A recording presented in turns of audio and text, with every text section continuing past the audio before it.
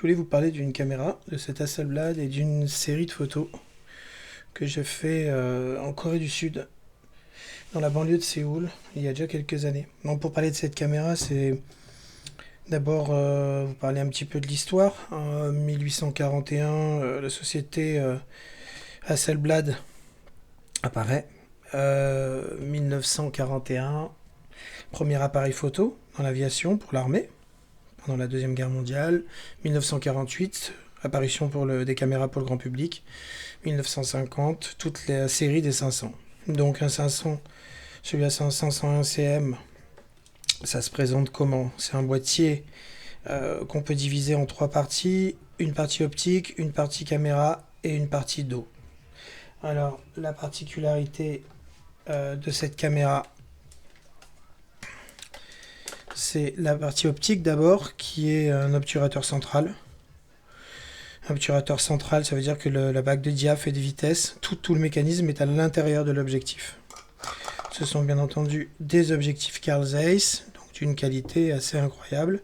La partie dos, non, la partie boîtier, pardon.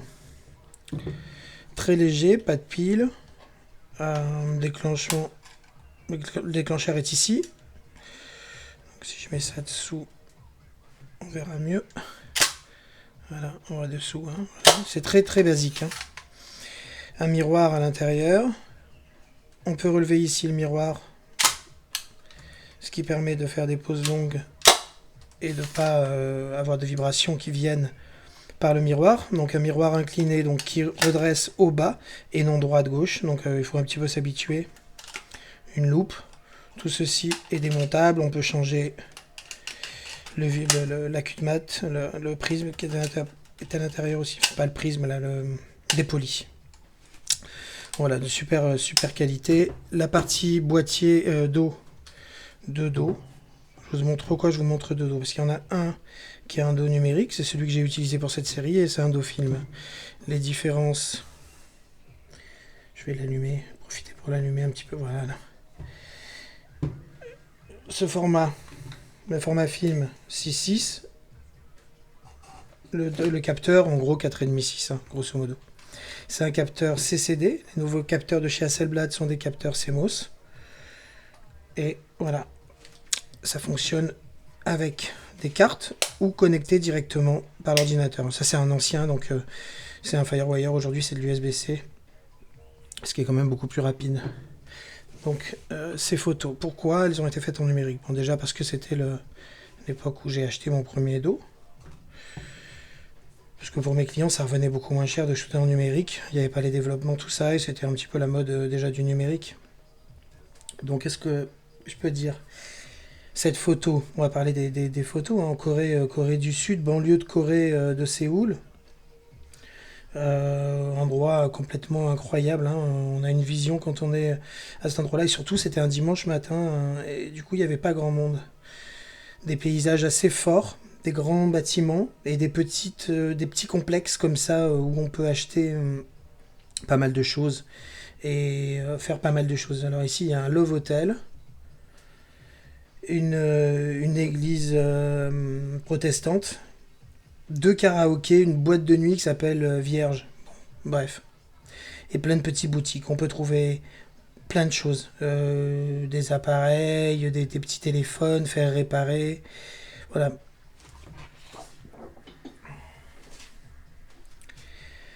Alors, l'idée de cette série, pourquoi je l'ai faite en numérique, c'est parce que je voulais shooter plusieurs images et les mettre côte à côte. Donc, dans cette image-là, par exemple, il y a trois fichiers de 39 millions de pixels qui sont mis côte à côte, plus ou moins 39, parce qu'en les raccordant, on arrive à peu près à 80 millions de pixels, quelque chose comme ça pour ce type d'image, et 50 cm de haut, et entre 1m5 à peu près, entre 1m20 et 1m50 de long selon les endroits. Golf, station essence. Pépier Mnirist, l'highway qui vous amène à Séoul, derrière les serres. Incroyable, vous achetez des lotus, des choses assez particulières, des pots pour le kimchi, pour ceux qui aiment manger. Pareil, un grand complexe comme ça, c'est la route qui vous mène à Séoul. ici un complexe pour se marier. Pas mal de boutiques de différents trucs. Ici, un grand supermarché. On peut y manger. Enfin, c'est assez incroyable. C'est assez différent de ce qu'on a l'habitude de voir ici en France. Sur les fichiers, on pouvait lire les plaques d'immatriculation et on voit les gens qui se promènent comme ça. Et c'est un dimanche matin. Donc là, je peux vous dire que en semaine, c'est blindé. Lycée, c'est incroyable. Les jeunes sont toujours en uniforme. Ils ont des chaussons aux pieds. L'éducation en Corée est très forte. On doit subvenir aux besoins de ses parents. Donc, ils vous élèvent voilà, pour que vous soyez bien, vous ayez un bon métier, enfin des choses comme ça. Les élèves sont très performants, ils rentrent à 20 h le soir chez eux. Je sais pas si c'est la meilleure des façons pour bien vivre, mais en tout cas, c'est un petit peu ce qu'on retrouve à Séoul. Ici, c'est un complexe où on peut acheter encore plein de choses, des restaurants. Alors, plus on monte, moins c'est cher les restos. Beaucoup de services, coursiers, encore un golf, un practice, des golfs, je dis des golfs, mais c'est des practices. Il y a aussi du baseball comme ça, et des très grands saunas ouverts 24 h sur 24. Ça, c'est un endroit assez sympa aussi où on peut manger des bons petits trucs. Une station essence encore avec un practice de golf. Là-bas, on sort pas de la voiture, on va pas payer avant. On, on reste dans sa voiture et on vient vous servir, on vous offre des cadeaux. Le service est poussé quand on a de l'argent dans ce pays, voilà, on est très bien servi. C'est vraiment un endroit où moi je me sens bien et j'ai un ressenti assez particulier dans cet endroit, par exemple, là où on habite chez les parents en Corée. Il y a cette montagne qui est là. Et on y retrouve des tombes à ciel ouvert qui sont assez datées, parce qu'elles appartenaient apparemment aux gens qui possédaient cette vallée. Un endroit incroyable. J'ai fait une série sur cette partie de la forêt, un drôle d'endroit. D'un côté, on a les montagnes et de l'autre côté, on a ces tours. C'est très, très facile à vivre dans ces tours. Il y a souvent 4 appartements par étage. C'est assez grand, tout est organisé, c'est assez facile à vivre. Des petits complexes comme ça aussi en bas, là où on peut faire quelques courses.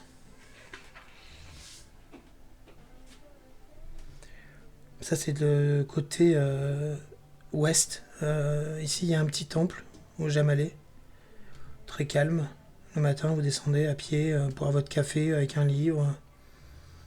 C'est un endroit assez sympa. Ici, une nuit, j'entendais quelqu'un qui ouvrait et fermait un parapluie vers 3-4 heures du matin.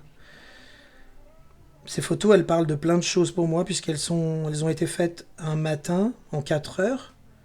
Le repérage était dans ma tête. J'avais construit déjà tous les endroits tous ces points de vue où j'avais envie de me rendre depuis quelques semaines.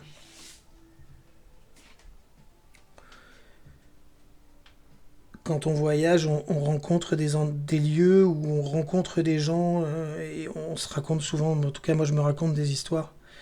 Et c'est le cas pour cette série. Ça, c'est un petit restaurant qui est à côté encore de l'immeuble, avec les rizières sur la gauche. Photo du propriétaire, c'est souvent lui le cuisinier, c'est un plat unique, c'est excessivement bon. Quand on va en Corée, on profite aussi beaucoup de la nourriture. Pour revenir sur cet Hasselblad, alors des petits conseils, et après, voilà. Ici, attention de bien réarmer avant de monter l'optique. Quand on met le dos arrière, là on va mettre un dos numérique. Si vous voulez en acheter un petit conseil, vous voyez cette partie-là. Souvent quand les appareils sont abîmés et vieux, ces parties sont... Il n'y a plus de peinture dessus. Parce que les dos, en les mettant, quand on travaille vite, souvent sans faire exprès, on tape dedans. Et comme on a l'avantage d'avoir un dos roll film, on peut avoir plusieurs types de films et d'émulsions. Aujourd'hui, cette marque de dos vient de la société Imacon, Hasselblad a racheté cette société en 2004, je crois. Hasselblad aujourd'hui appartient à DJI depuis 2016-2017, je ne sais pas exactement, à peu près. C'est des boîtiers incroyables qui sont vraiment extraordinaires pour apprendre, parce qu'ils sont assez simples et en même temps complets. C'est d'une qualité excessive. Je ne sais pas si on est un amateur averti aujourd'hui, si acheter un dos numérique, ça servira à grand-chose, puisque vu les prix, même si c'est quand même incroyable d'avoir ce type de matériel, je pense pas qu'on puisse l'amortir en fait. Il y a encore des réparateurs, à Paris on a les Victor. Victor d'ailleurs c'est le nom du créateur de cette marque et même le prénom du petit-fils qui a fait cette série-là. Donc les Victor, voilà, ils vous réparent vos boîtiers. Il y a un peu tout, que ce soit, voilà. C'est vraiment, il y a encore tout ce qu'il faut. Hasselblad continue de faire des objets incroyables. Bon, j'ai tellement de choses à dire que pour cette fois-ci, voilà.